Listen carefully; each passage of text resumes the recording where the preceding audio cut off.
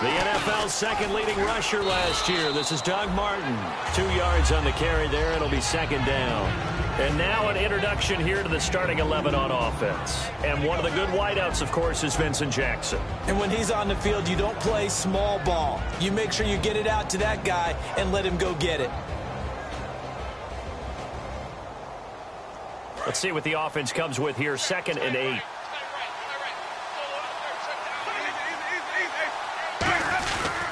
Again, it's Martin. He can't bring him down. The weight room does work. And able to stay on his feet past the 30 to about the 33-yard line. In 2015, we saw the Doug Martin that we saw as a rookie, didn't we? Absolutely. A 1,400 yards, second only to Adrian Peterson last year. And he really helped a young quarterback develop by taking a lot of pressure off of him. Now he feels good coming off that 5-year deal he signed in March. Feels even better about that. Winston on 3rd and 2. He's going to leave this for his running back. It's complete. And he's got the first down, yardage before being taken down at midfield. He got 18 yards out of that one, and it gets him a new set of downs. So here we go, 1st and 10 now.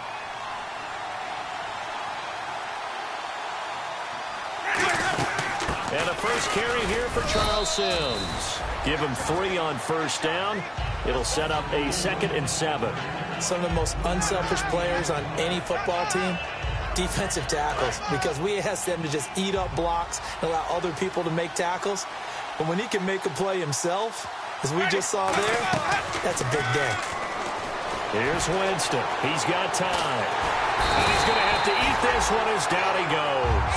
Rashid Hagman in there to drop him with his first sack of 2016.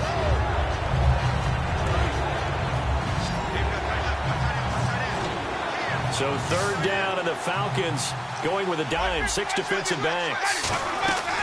3rd and long for Winston. And he finds Safarian Jenkins. And a nice gain of 21 yards. I know I'm not in the rooting business, but I really like this kid, Austin Safarian Jenkins. Good catch there. I'm just hoping he can stay on the field and have some good health. Now the Bucs hoping so too. Limited to 16 games total his first 2 seasons combined. He is quite a target for a young quarterback. Jameis Winston can grow with this guy, and boy, they can be a dynamic duo. Winston now to throw on first down. Goes underneath to Martin. And he gets it down to the 32. It'll be a gain of 4. And that'll bring up 2nd down. And here now the defensive starters for Atlanta. Desmond Trufant has made a great reputation in a short amount of time in the NFL. A lockdown corner that most teams don't attempt to try. 6 yards here to go for the offense on 2nd down. Hey, we got to get this stop here, Ready? Let's go. 2nd down, Winston.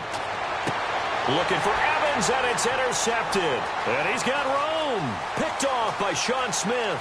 And he's got daylight. It's a foot race. And he takes this one back into the end zone, and the Falcon defense has a touchdown. Now, that was a beautiful play. A pick 6. How would you punctuate something like that, partner? Oh, you mean with an exclamation mark? Exclamation mark, a big word. What would you do with that? Ampersand? I like it. So they'll get another shot on offense following that pick 6. And now the kick is away. Fielded about a yard deep.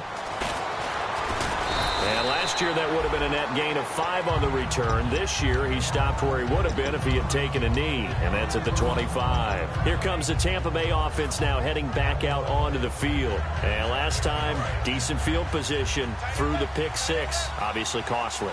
But they can't afford to just bunker in now. All right, good field position means go ahead and attack on offense. Try and press the advantage a little bit. They just have to be better with the football on this possession. So the last one didn't bother you too much last time? No, because it's exactly what you're supposed to do. You can't have good field position, not try to take advantage of it. Sometimes the defense makes a good play, too. Completed pass play. Now let's see if they go back to the air or to the ground. Now Jameis on 2nd down. Flushed out right. And his throw's going to be incomplete. He was trying to get it to Doug Martin. And that'll lead here to a 3rd down. It's a tried and true formula, and I don't think it'll change for as long as we play football. If someone's trying to throw the ball and you can put pressure on them and make it tough, that's only going to help your defense. Yeah, he's since being hurried. He got rid of it before taking the hit, but incomplete. Jameis to throw it. Escaping the pressure right. He may try and run for this. And he's able to get the first before he's taken down at the 36. Now we're going to get a timeout. Here's we've got an injured Buccaneer. Boy, not what you want to see in quarter one of the new year. We'll be back. Fresh set of downs here. So off goes the franchise and Winston. And coming in to take his place is the former Baylor Bear, Bryce Petty. Petty now. And there's a flag on the play. Shorts on the reception over the middle.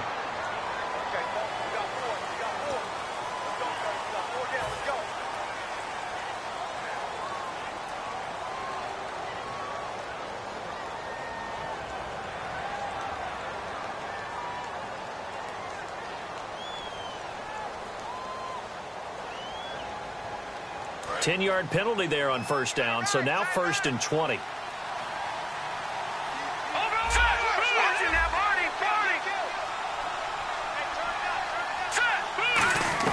Here's Petty. Forced out to his left. 6 yards on the pickup, and it'll bring up a 2nd and 14. I think we have to give credit to him for buying time and extending the play. But, you know, there's some really upset defenders on that one. They thought that they had him. Instead, he was coated in Teflon and got away. They'll look to throw. They set up the screen to Martin. And he'll get it up near the 35, right at the 34 here. Just a 1-yard pickup on the play, and that's going to lead to a 3rd and 12.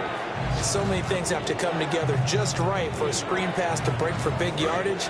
The blocking, the timing of the pass to the runner, everything has to fit together just right.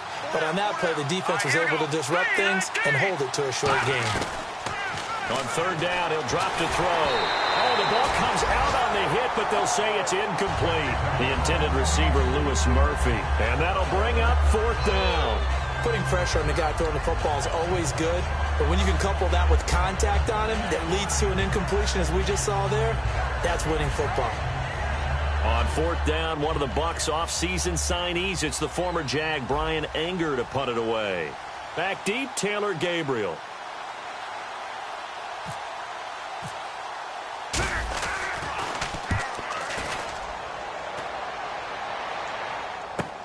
That's fielded at the 8-yard line. 21 yards. Well done on the return. And the offense will come back onto the field for the 1st and 10. Here comes the Atlanta offense now ready to take over here. And that last drive, a long drive, but not just that. They had a great air attack going. Do they stick with that? I would think that they would, because if they were confident enough to do it on the last drive, starting backed up in their own territory, why would you change anything? They've got to be confident about what they're presenting and continue to do so. Yeah, because the secondary, they really look clueless. And that was amazing because that drive went and went, no adjustments, and no big plays by the defense to knock the ball away. And he's brought down. That one goes for 13 yards, and it moves the sticks. When you execute a drag or a crossing route really well and give them a chance to let it develop a little bit, you can gain some significant yardage hitting your tight end on that one.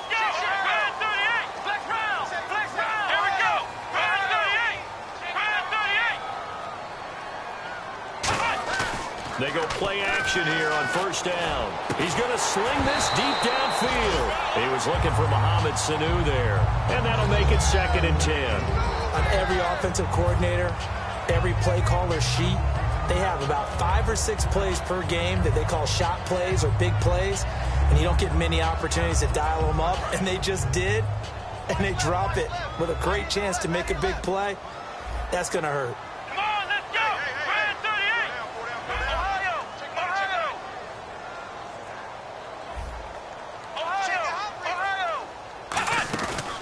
Play action, they'll throw. And Davis has it over the middle. And he'll be taken down, but not before getting this inside the 30. Alongside Charles Davis, Brandon Gaudin, it's the Falcons in possession to begin quarter number 2. And they're on the move here. They've got it 1st and 10.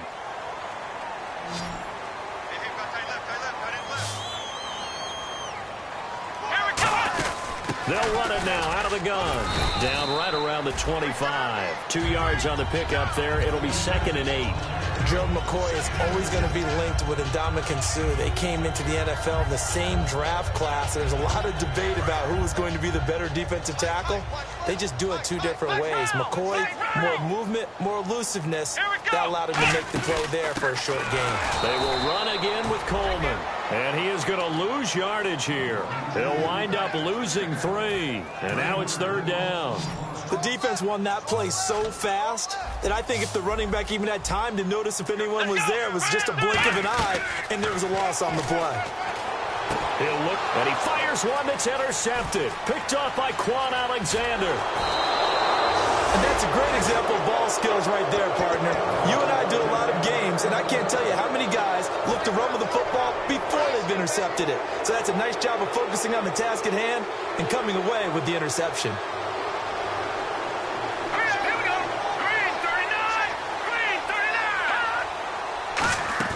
They start the drive with Martin. And tough going there as he'll only get it up to about the 31. Credit him with a 1-yard gain there to make it 2nd and 9. And that's the type of play that'll fire up a defense. Hold them to 1 yard on a first down run. It'll be interesting to see if the offense decides to press the run at all, but they abandon it now after gaining only 1 on that play. It's caught by Mike Evans.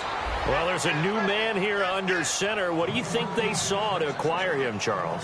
I think they went back to their old scouting reports because those never go away. And I think that they liked him when he was coming out of school, didn't have the opportunity to get him. But now with this opportunity, they think they can get him back to his former level. One receiver to the left is Evans. Petty now. And he'll be hit as he releases it, and that'll fall incomplete. The good signal callers would never go back in the huddle and play the blame game because they need those guys to protect him.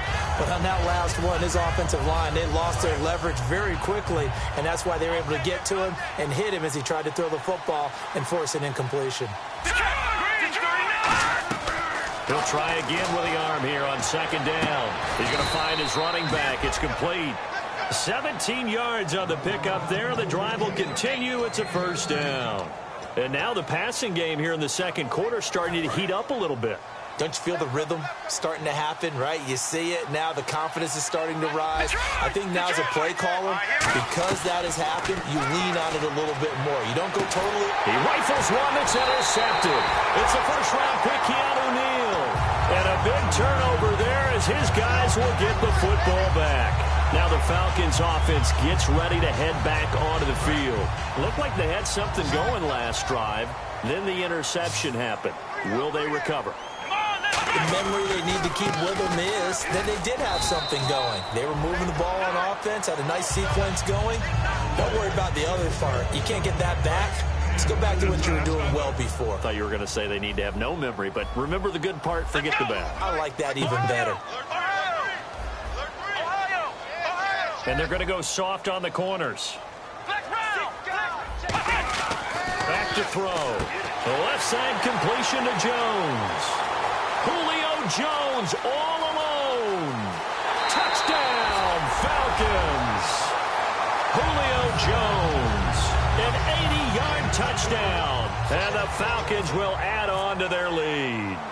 And Charles, I had an offensive coordinator tell me one time that they design every play to score. I don't know how true that is, but he had to run a long way after that catch. Heck of a play. I think that when he was telling you that, he was designing run after catch in every play. I mean, that's the only way to put it in there, and that's what we got on that one. Nice catch, an even better run for big yardage. And Tampa Bay trots out there now. And in enemy territory last time through the interception. We'll see what they do on this drive. Can't wait to see how it alters what they decide to do in play calling. Do they continue to throw the ball? Do they want to lean more on the running game? It'll be an interesting sequence of plays that they've got coming up. Does it often affect the play calling with the interception? How much does that change what you do? I think it does depending on why the interception was thrown. Sometimes it's just a matter of the defense made a great play, so you continue to come back. But if it's on you, if the offense just doesn't have the confidence, if they're a little bit shaky, maybe try to take the pressure off and run the ball a little bit. They call it a gain of 19, and it moves the chains. Almost not fair. The big guy running the corner route, being able to lean and push and get to where he wants. So how do you stop it? A lot of times you want to have a linebacker on him, a bigger body guy who can handle him physically. But a lot of times that doesn't work as well because his quickness often wins the route. And he's taken down, but not before getting this across midfield and just shy of the 40. And there they went crossing route against the zone defense. What do you think of that? It takes real coordination between the passer and the receiver because you've got to read those zones and where the open spots are and be on the same page with the guy throwing the football. Because sometimes you're throwing it in front of the zone. Sometimes you're throwing it between the zones. Sometimes the receiver's going to just kind of find a spot and what we call sit down and present himself to the quarterback and throw it there. It's a tough read, but when they're in sync, it's really effective. It's already 2nd and 12. The defense hoping to push them back more. One receiver to the left is Evans.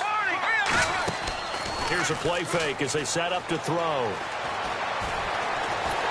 And a big loss here as he's taken down. Grady Jarrett able to get in and run him down for a loss of 14.